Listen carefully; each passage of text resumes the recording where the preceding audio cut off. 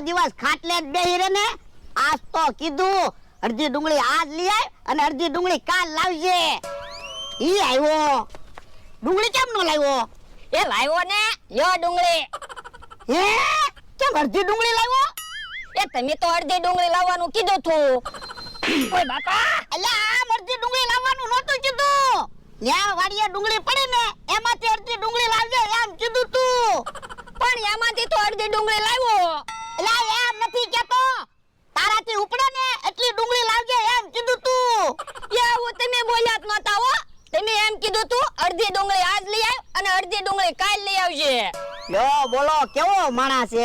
ઓલી વાડીએથી અડધી ડુંગળી લાવવાનું કીધું તો ડુંગળીના કટકા કરીને અડધી ડુંગળી લાવ્યો. એ કકળાટ ન કરતા, હમણાં હું ડુંગળી લઈ આવું. એ હારું. અને કેહા કાકાએ જમરૂક કાકાએ તમને એની વાડીએ બેહવા જવાનું કીધું. હે